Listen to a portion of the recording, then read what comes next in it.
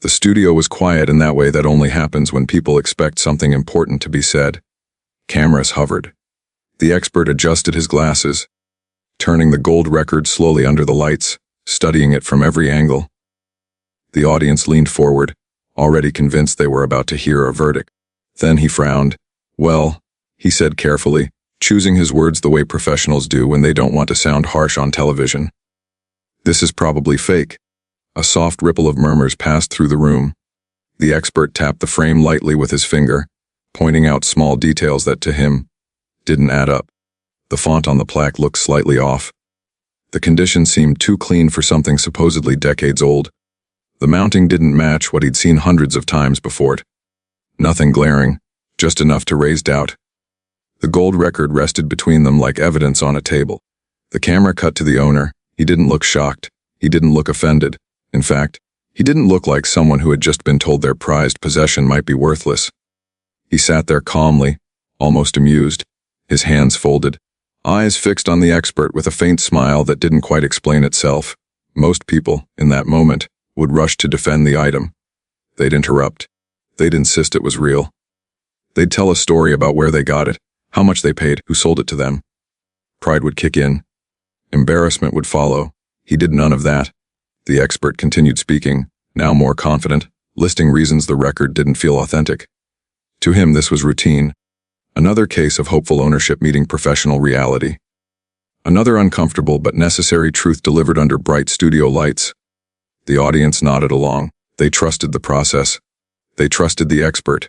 After all, this was Antiques Roadshow. People came here to have illusions shattered all the time. The camera lingered again on the man who brought the record in. Still calm. Still silent. If anything, he looked like he was waiting, not nervously, but patiently. As if this moment had already happened in his mind, years ago. As if the verdict didn't actually matter.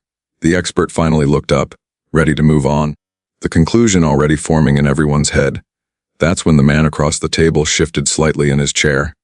He didn't raise his voice. He didn't argue. He didn't defend the record at all. He simply smiled.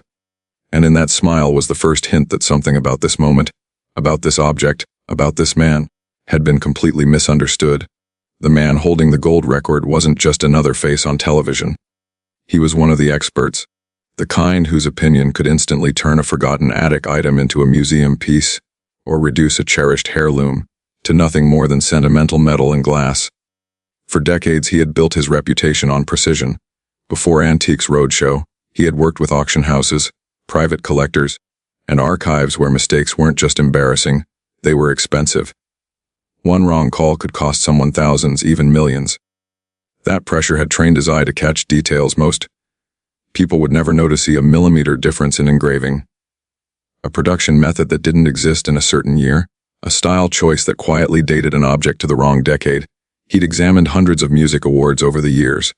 Gold records, platinum records, limited pressings, industry plaques issued by labels that no longer existed. Some were authentic, many weren't. The music world, he often explained, was flooded with reproductions, commemorative pieces sold to fans, gifts made years after the fact, items that looked official, but never actually touched the hands of the artists who supposedly earned them. That experience made him cautious. On the show, his role wasn't to flatter guests or protect feelings. It was to tell the truth, even when the truth disappointed. Viewers trusted him because he didn't dramatize or exaggerate. He spoke calmly, logically, and backed every conclusion with clear reasoning. When he said something was real, people believed it. When he said it wasn't, they accepted it, sometimes painfully. So when he expressed doubt about the gold record in front of him, it wasn't casual skepticism. It carried weight. The audience could sense it. This wasn't a guess. This was an informed assessment built on decades of pattern recognition. Every previous episode had trained viewers to accept moments like this as the natural order of things. Expert examines, expert decides, owner adjusts expectations. Even the camera language reinforced it. Close-ups of the plaque, slow pans across the frame, a quiet pause after each explanation, letting the verdict settle in. The show itself framed the expert as the final authority, the one person in the room whose voice mattered most. And that authority extended beyond the studio. Collectors watching at home would mentally take notes.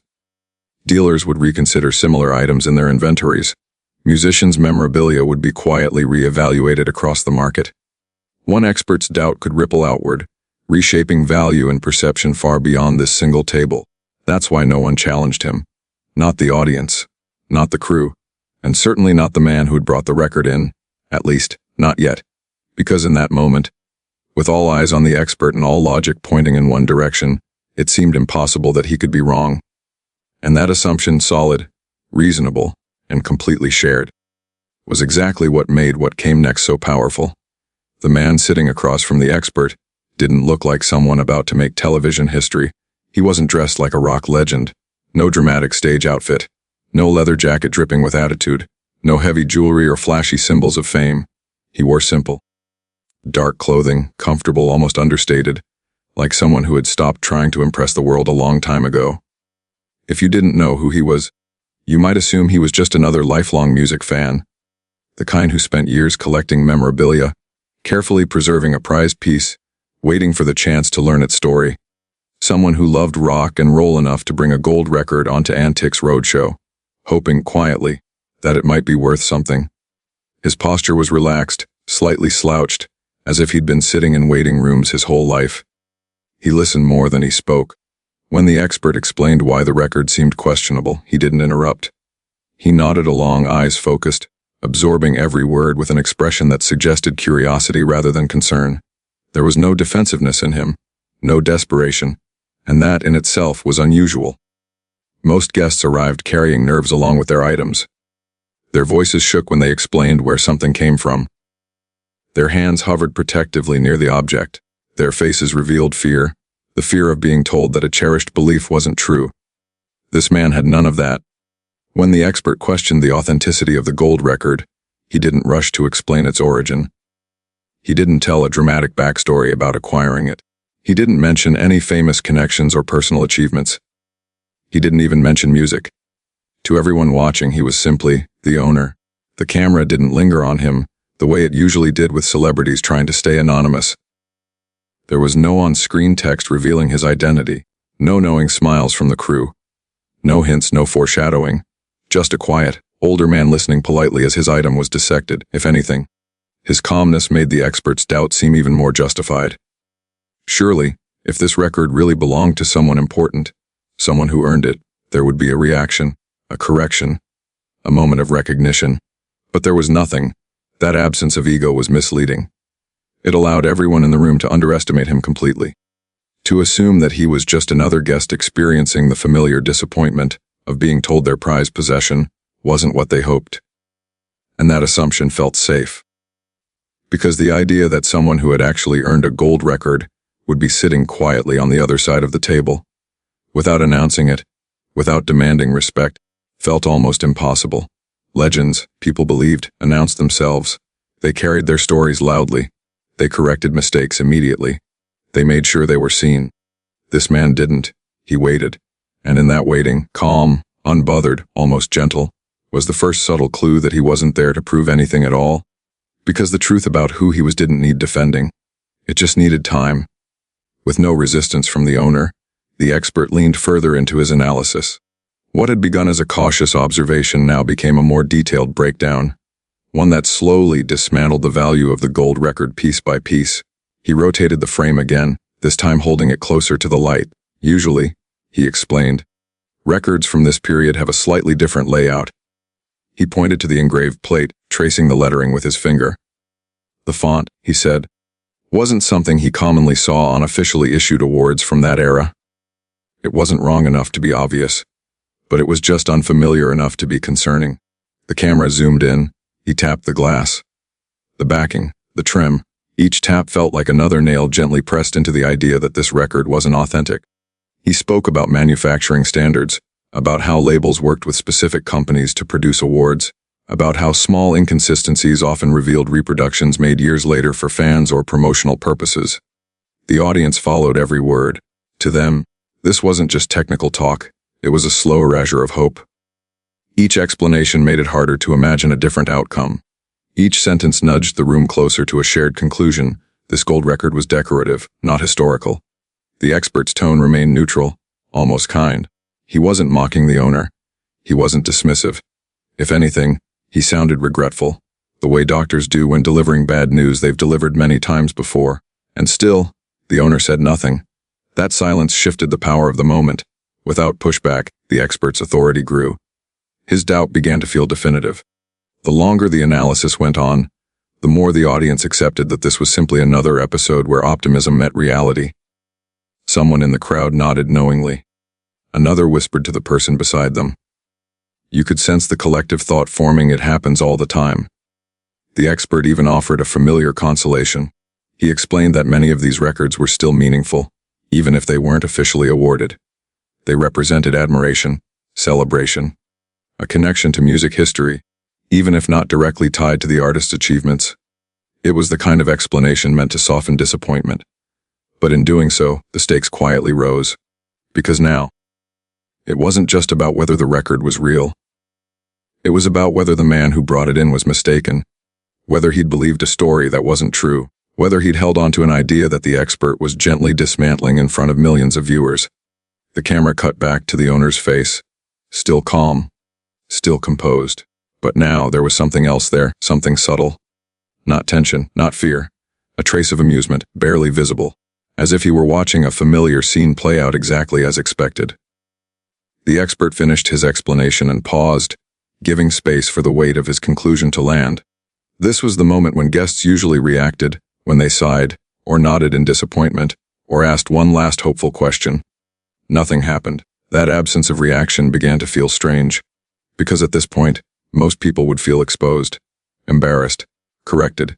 But this man looked untouched, and in that growing disconnect between the expert's certainty and the owner's calm, the moment began to stretch, tight with unspoken possibility. Everyone believed the story was over. They just didn't realize the story hadn't even begun. The expert lowered the gold record onto the table and folded his hands, the universal signal that an evaluation had reached its end. The explanation had been delivered. The conclusion, while not spoken outright, hung clearly in the air. For a moment, no one spoke. In television, silence is uncomfortable. It's usually edited out, filled with music, or covered by narration. But this silence stayed. It stretched just long enough to feel intentional, as if the room itself was waiting for something to happen. The audience shifted in their seats. A few people glanced between the expert and the owner, expecting a response. This was normally the point where guests reacted, where disappointment surfaced, or a forced smile appeared, or a quiet "thank you" ended the segment. But the owner didn't move. He looked at the record, then back at the expert, his expression unreadable. Not defensive, not wounded, just still. The kind of stillness that made people pay closer attention. The expert, perhaps sensing the pause, offered a polite half-smile. It was the smile of someone who believed the difficult part was over. He waited for the owner to accept the verdict and move on. Seconds passed. The cameras stayed locked in. That's when the pause began to feel heavier, not awkward, but charged. As if the room had unknowingly stepped onto a stage where the script was about to change. The owner inhaled slowly. Not sharply, not nervously. It was the kind of breath people take before saying something simple but important. His hands rested casually on the table. No shaking. No tension. Viewers at home might have leaned closer to their screens. This wasn't how these segments usually went. The expert tilted his head slightly, inviting a response. The audience waited for a question, maybe a final attempt at validation. Instead, the owner spoke softly, just a few words. Not rushed, not emotional. Delivered with a calm certainty that cut through the quiet. There was no dramatic build-up, no raised voice, no confrontation. He didn't list credentials or argue details. He didn't challenge the expert's knowledge or point out flaws in the analysis. He simply stated a truth. The effect was immediate. The air in the room shifted, subtle but unmistakable. The expert's expression changed, not dramatically but enough. His confident posture stiffened. His eyes narrowed slightly, not in skepticism, but in reconsideration. The audience sensed it too. Something about the way the words were said, not what they were, but how, signaled that this wasn't a defensive claim or a hopeful guess. It was a statement rooted in certainty. The expert didn't respond right away. That hesitation spoke louder than words. In that brief silence following the owner's comment, the roles in the room began to blur. The authority that had felt so solid moments earlier wavered, if only slightly.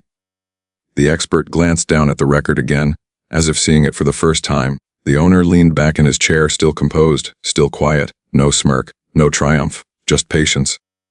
It was the kind of moment that only happens when someone knows they don't need to convince anyone of anything. When the truth exists independently of belief. The silence returned, but it was different now. It wasn't the silence of disappointment or closure. It was the silence of realization forming, slowly, reluctantly, in real time, and in that pause, thick with possibility, the balance of the room began to shift. Because whatever the expert thought he was holding just minutes ago was no longer just an object on a table. It was a question. And the answer was about to change everything. The expert looked up from the record again, ready to respond, perhaps to gently clarify his position, perhaps to move the conversation toward a polite ending. He opened his mouth slightly, then paused, sensing that the moment wasn't finished yet. The owner met his gaze. There was no challenge in his eyes. No urgency. Just a quiet steadiness, the kind that doesn't ask to be believed. Then he spoke again, not louder than before. Not slower, just clear. I earned it. 3 words. No explanation followed them. No backstory. No justification. He didn't gesture toward himself or toward the record. He didn't wait for applause or reaction. He simply let the words land and rested his hands back on the table. For a split second, nothing happened. The audience didn't gasp. The expert didn't laugh. The cameras didn't cut away. It was as if the room needed time to process what had just been said. I earned it. Not I bought it. Not it was given to me. Not someone famous owned it once. Earned. The expert's expression shifted in stages. First confusion, subtle, almost invisible. Then recognition, creeping in slowly as the meaning of the words expanded beyond the object on the table. He glanced at the record again. Then at the man. Then back at the record. The expert cleared his throat, a reflex more than a response. He straightened slightly in his chair, his earlier confidence giving way to something more careful, more curious. Pardon, he said, not because he hadn't heard, but because he needed to hear more. The owner didn't rush to fill the space. I earned it, he repeated just as calmly. Now the words began to ripple outward. Someone in the audience tilted their head, eyes narrowing, studying the man's face more closely. A whisper traveled across the rows. A crew member shifted position behind the camera. The expert leaned back, folding his hands again, but this time, it wasn't the posture of someone concluding an evaluation. It was the posture of someone reassessing everything they thought they understood about the situation. You mean? The expert began carefully. This was awarded to you. The owner nodded once. That single motion did more than a paragraph ever could. The expert's gaze sharpened. He looked at the man again, really looked this time.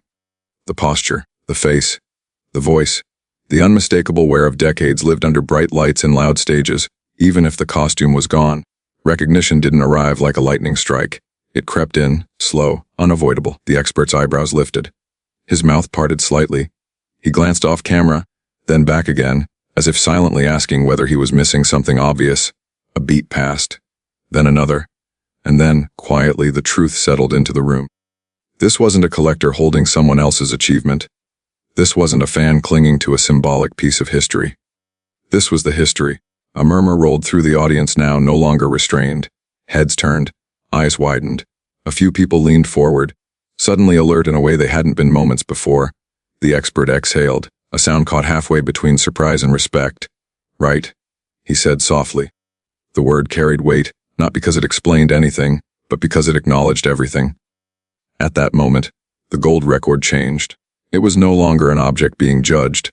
It was evidence of a career of nights on stage, of songs that filled arenas and outlived trends. Its minor inconsistencies no longer suggested forgery. They hinted at the reality of early industry practices, of awards made before standards were standardized. The expert nodded slowly, already reframing his analysis in his mind. The owner remained exactly as he had been all along, calm, unassuming, unconcerned with being recognized, because he hadn't come to prove who he was. He had simply answered a question that no one had thought to ask. And with one quiet line, spoken without ego or flourish, the entire room realized the mistake they'd made. They hadn't misjudged the record. They had misjudged the man holding it. The shift didn't happen all at once. It moved through the room like a slow wave, starting at the table and spreading outward, gaining force with every second that passed. The expert was the first to fully feel it. He looked at the man again, not as an anonymous guest, not as a hopeful collector, but as someone whose presence suddenly carried weight. His eyes traced familiar lines in the face, details that had been invisible just moments earlier. The posture that once seemed casual now read as seasoned. The calm voice no longer sounded passive, it sounded practiced. A lifetime of stages had taught it how to hold silence. The expert glanced down at his notes, then at the record, as if checking for grounding. His hands, steady before, now moved more slowly, more deliberately. This wasn't hesitation, it was recalibration. Around them, recognition began to spark. Someone in the audience whispered a name, uncertain at first, then louder when it met no resistance. Another person leaned forward sharply, eyes wide, suddenly seeing what had been right in front of them all along. A ripple of murmurs spread, no longer confused but electric. The crew felt it too, cameras adjusted. A producer gestured subtly from the side. The energy behind the lens changed, shifting from routine documentation to something closer to history being captured in real time. The expert cleared his throat again, this time with a hint of humility. Of course, he said quietly, the words carrying an apology without explicitly naming one. He began to explain how early gold records didn't always follow strict standards, how awards given directly to artists could differ from those made later for display or resale. The inconsistencies he had pointed out earlier didn't disappear, they transformed. They became proof of authenticity rather than doubt. Each explanation rewrote the narrative in reverse. What had been a flaw was now a feature. What had been suspicious was now expected. What had been, probably fake, was now undeniably real. The audience absorbed this in stunned silence. Because this wasn't just a correction, it was a reversal.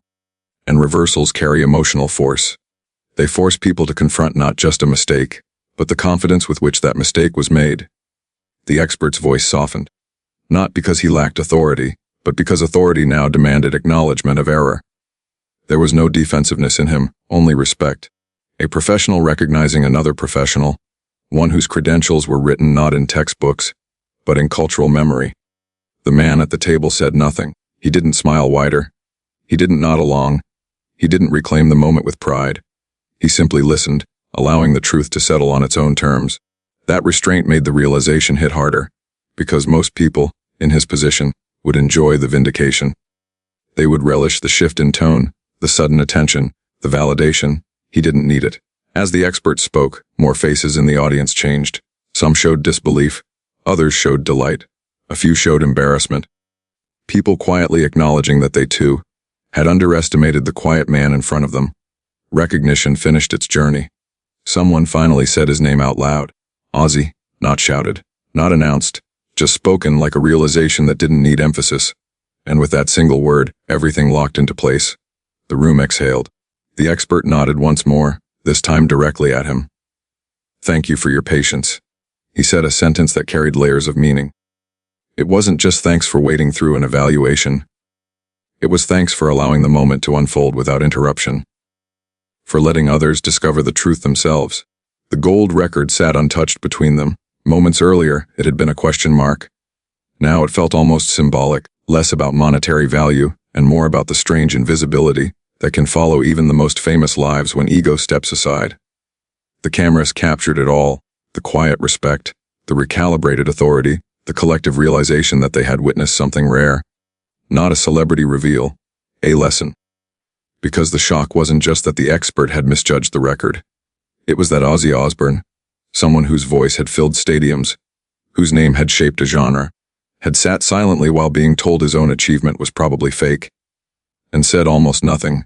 That restraint echoed louder than any defense ever could. The wave passed, but the impact stayed. The expert took a slow breath, the kind that comes when a person realizes they've reached a crossroads, not of competence, but of character.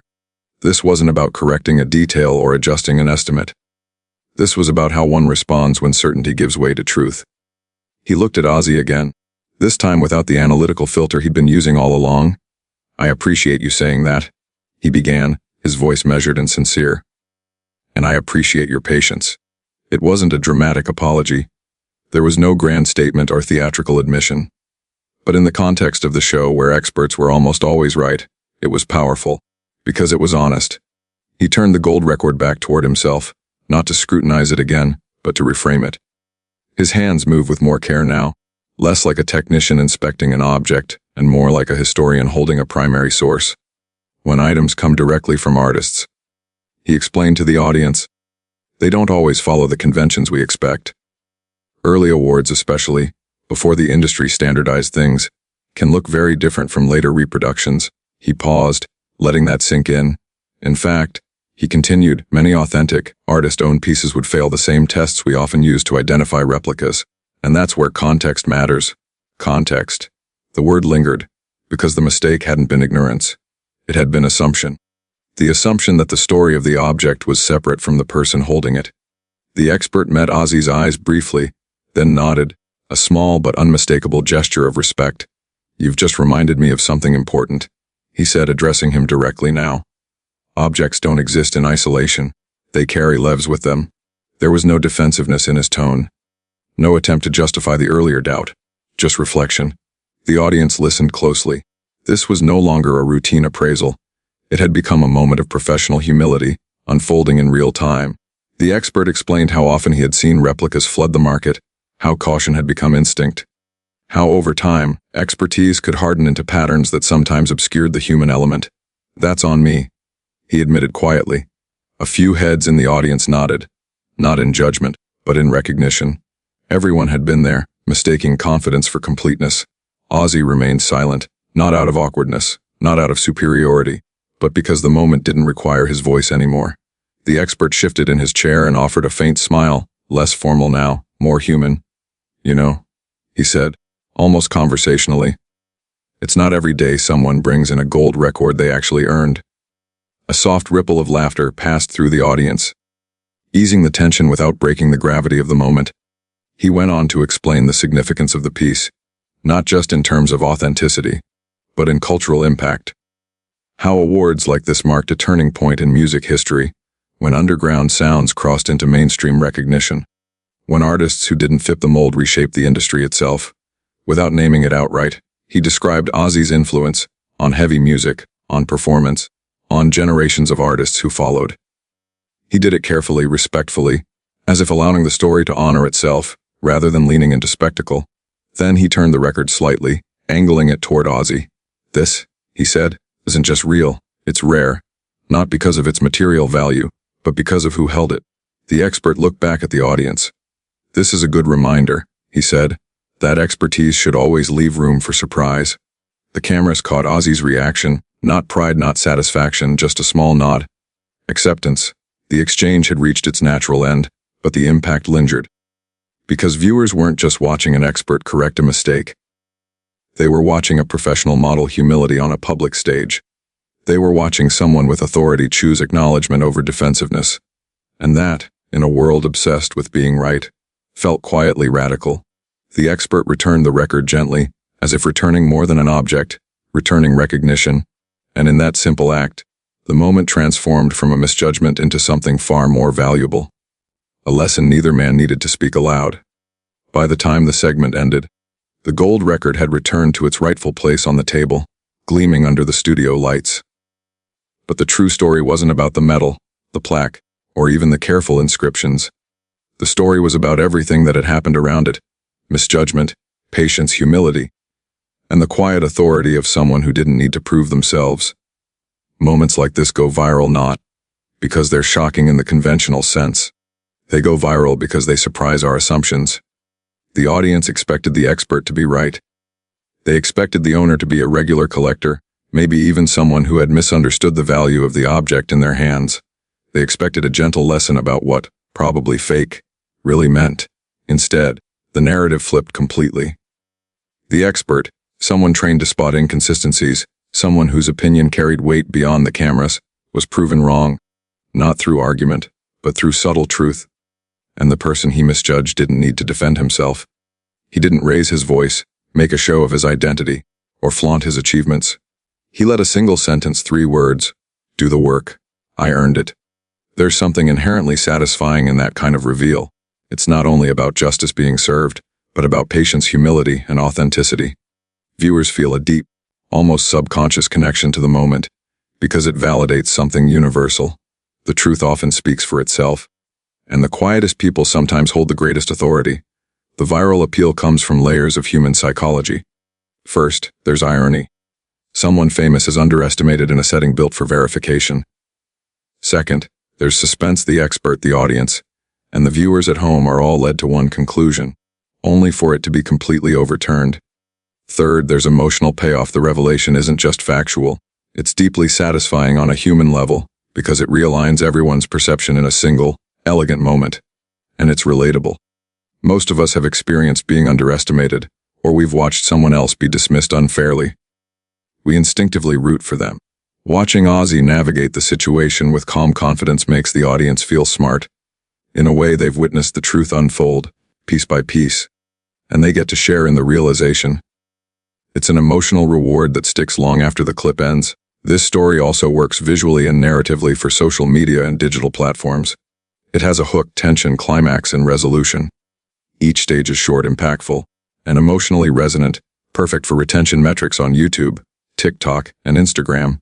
Finally, the moment is viral, because it's a lesson disguised as entertainment.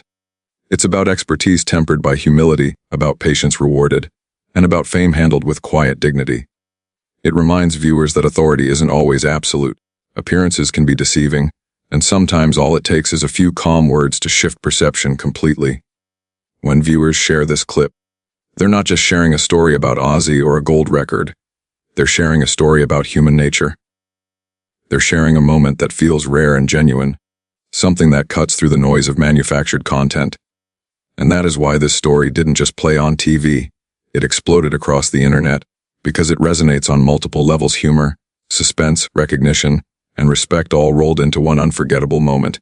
The gold record is valuable, but the lesson is priceless. As the cameras pulled back, the gold record glinted softly under the studio lights, but it was no longer the star of the show. The true spotlight had shifted, from an object of scrutiny to the man who had earned it. Ozzy Osbourne, quiet, calm, unassuming, had just reminded everyone in the room, and everyone watching at home, of a simple but powerful truth: sometimes the most remarkable things are the ones that speak for themselves. It's that contrast, the unexpected humility in the presence of undeniable achievement, that makes the story linger. People don't just remember the moment because Ozzy proved the expert wrong. They remember it because it challenges their assumptions about fame, authority, and respect. It's satisfying, ironic, and just a little bit magical all at once.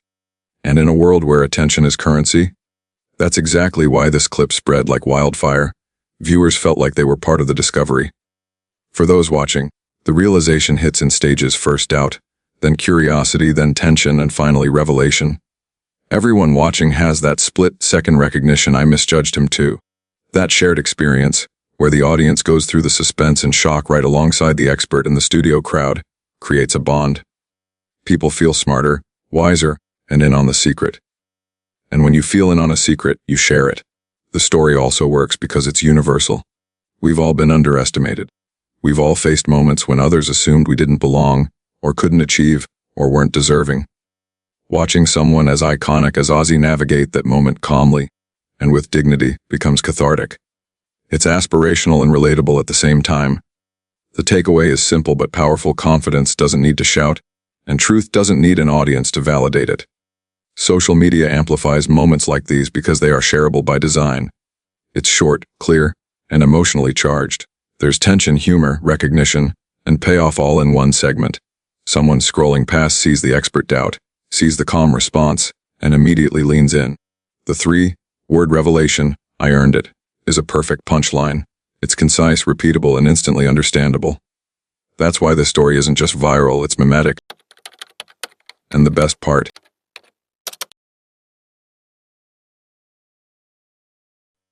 the story invites conversation. It asks questions without asking them explicitly. Have you ever been underestimated? Would you stay calm if someone doubted your achievements? When was the last time you let your work speak for itself?